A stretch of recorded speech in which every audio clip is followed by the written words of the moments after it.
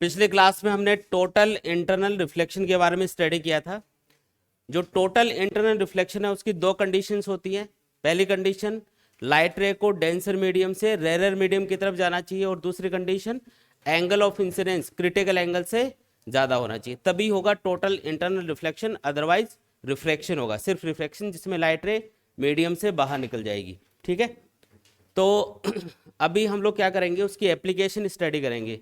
कुछ important application है जो एग्जाम में कई बार पूछी जाती हैं कि टोटल इंटरनल रिफ्लेक्शन की एप्लीकेशंस क्या हैं, या आपको एप्लीकेशन बताई जाएगी कि इसको एक्सप्लेन करो, तो उसका एक्सप्लेनेशन अपन टोटल इंटरनल रिफ्लेक्शन से देते हैं। पहली जो एप्लीकेशन है वो है ब्रिलियंस ऑफ डायमंड। देखो जो डायमंड है वो ग्लास के कंपैरिजन में ज़्यादा चमकता है। आपने देखा होगा कि जो डायमंड होता है ना, वो ग्लास के कंपैरिजन में क्या होगा, ज़्यादा चमकेगा। इसका रीज़न क्या, अगर अंधेरे में आप, अगर एक डायमंड है और एक ग्लास का पीस है, दोनों की शेप एग्जैक्टली सेम है, दोनों की शेप क्या है, सेम। अगर आप उनको अंधेरे में रखोगे तो उनमें से डायमंड ज़्यादा चमकेगा अंधेरे के अंदर, और जो ग्लास है वो कम चमकेगा। तो इसका रीज़न क्या है ना, तो इसका रीज़न होता है टोटल इंटरनल रिफ्लेक्शन, जो डायमंड के अंदर ज़्यादा होता है और ग्लास में कम होता है। इसका रीज़न, तो रीज़न है मीडियम का रिफ्रैक्टिव इंडेक्स। देखो हमने पढ़ा था कि जो ग्लास है उसका जो क्रिटिकल एंगल है वो होता है 24 डिग्री, सॉरी 42, और डायमंड है उसके लिए कितना होता है, 24 डिग्री। ठीक है, ये क्या है, क्रिटिकल एंगल। जो ग्लास है उसका रिफ्रैक्टिव इंडेक्स क्या होता है, कम, तो उसका क्रिटिकल एंगल क्या होगा, ज़्यादा, कितना, 42 डिग्री। और जो डायमंड है इसका रिफ्रैक्टिव इंडेक्स ज़्यादा होता है, इसलिए इसका क्रिटिकल एंगल कम रहेगा। रिलेशन याद है क्या इन दोनों में, क्या रिलेशन बताया था, sine C equals to, sine C equals to क्या लिखेंगे, 1/μ/1। μ/1 का मतलब है डेंसर मीडियम का refractive index with respect to rare medium, है ना। तो ये फॉर्मूला हम लोग यूज़ करते हैं, उसके अकॉर्डिंग हम क्रिटिकल एंगल कैलकुलेट करते हैं दोनों मीडियम का। अब मैं दोनों मीडियम को कंपेयर करके आपको बता रहा हूँ कौन कौन से मीडियम है, ग्लास और डायमंड। सपोज करो कि ये वाला जो मीडियम है, ऊपर तो एयर है और नीचे है ग्लास। ठीक है, ये दूसरा है केस जिसमें ऊपर एयर हो गई और नीचे क्या होगा, डायमंड। ठीक है, ये लाइन जो ड्रॉ की है ये क्या है, इंटरफेस। ठीक है, अब यहाँ पे दोनों के लिए क्रिटिकल एंगल को डिफाइन करेंगे सबसे पहले। तो ग्लास के लिए क्रिटिकल एंगल कितना है, 42 डिग्री। ये वाला एंगल क्या होगा, 42 degree critical angle for glass. और डायमंड के लिए क्या होगा, तो डायमंड के लिए देखो 24 डिग्री होगा, मतलब छोटा एंगल होगा ये, 24 डिग्री। अब सपोज करो कि डेंसर मीडियम से रेयर मीडियम की तरफ जो लाइट रेज पास हो रही है वो यहाँ से 0 डिग्री से लेके और 90 डिग्री तक, मैं बहुत सारी लाइट रेज को इस पॉइंट के ऊपर इंसिडेंट कर रहा हूँ। सपोज करो एक एक डिग्री एंगल के ऊपर एक एक लाइट रे इस पॉइंट के ऊपर इंसिडेंट हो रही है। जैसे एक लाइट रे आएगी 0 डिग्री एंगल पे, एक आएगी 1 डिग्री, 2 डिग्री, 3 डिग्री, इस तरीके से 90 डिग्री तक हम लाइट रेज को इसके ऊपर इंसिडेंट करेंगे और देखेंगे उनमें से कितनी लाइट रेज मीडियम से बाहर निकलती हैं। तो पहली लाइट रे मैंने ये तो मुझे बताया कि 0 से लेके 42 डिग्री तक जितनी भी लाइट रे मैं यहाँ पे इंसिडेंट करूँगा इस इंटरफेस के ऊपर, ये सारी की सारी मीडियम से बाहर निकलेंगी। इसका रीज़न, क्योंकि इन लाइट रेज के लिए एंगल ऑफ इंसिडेंस क्या होगा, क्रिटिकल एंगल से छोटा रहेगा।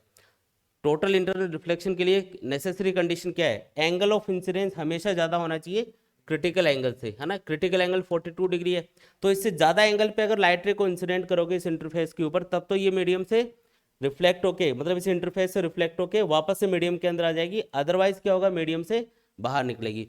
तो 0 से लेके 42 डिग्री तक कितनी लाइट रेज मीडियम से बाहर निकलेंगी, 42।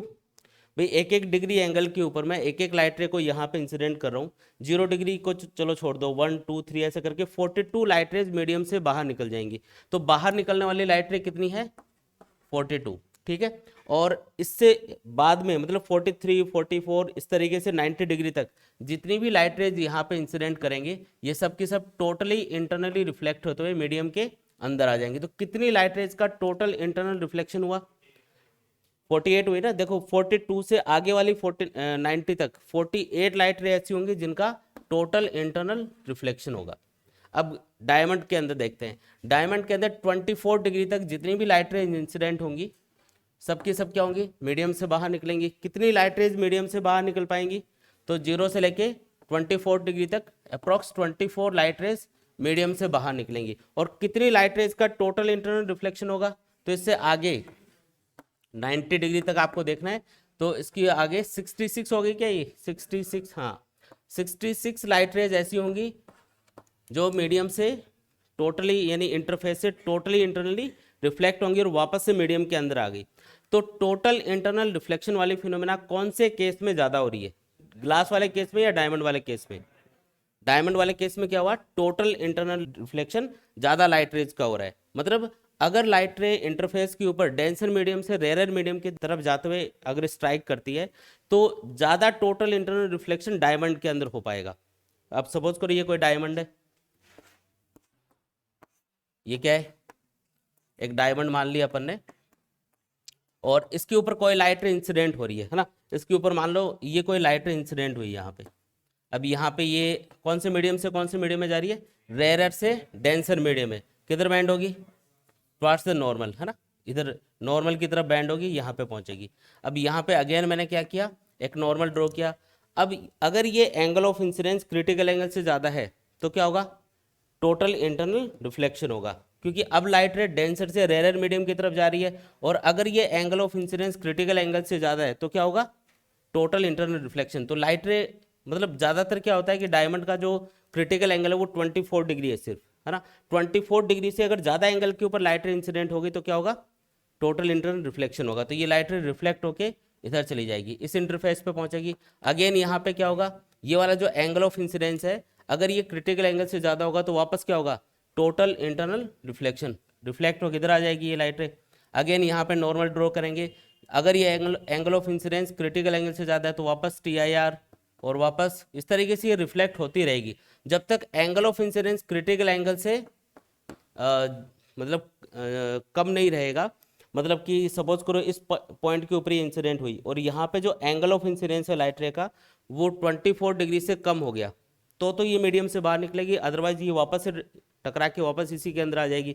मतलब लाइट रे एक बार अगर इसके अंदर इंटर कर गई तो ये बार बार क्या हो रही है, अंदर ही अंदर रिफ्लेक्ट हो रही है। अब लाइट क्या होती है, एक एनर्जी होती है, और जितनी देर के लिए ये मीडियम उसको होल्ड कर पाएगा अपने पास उतना ही ज़्यादा ये मीडियम चमकता हुआ हमको दिखाई देगा, क्योंकि लाइट की प्रॉपर्टी क्या है, लाइट के पास चमक होती है।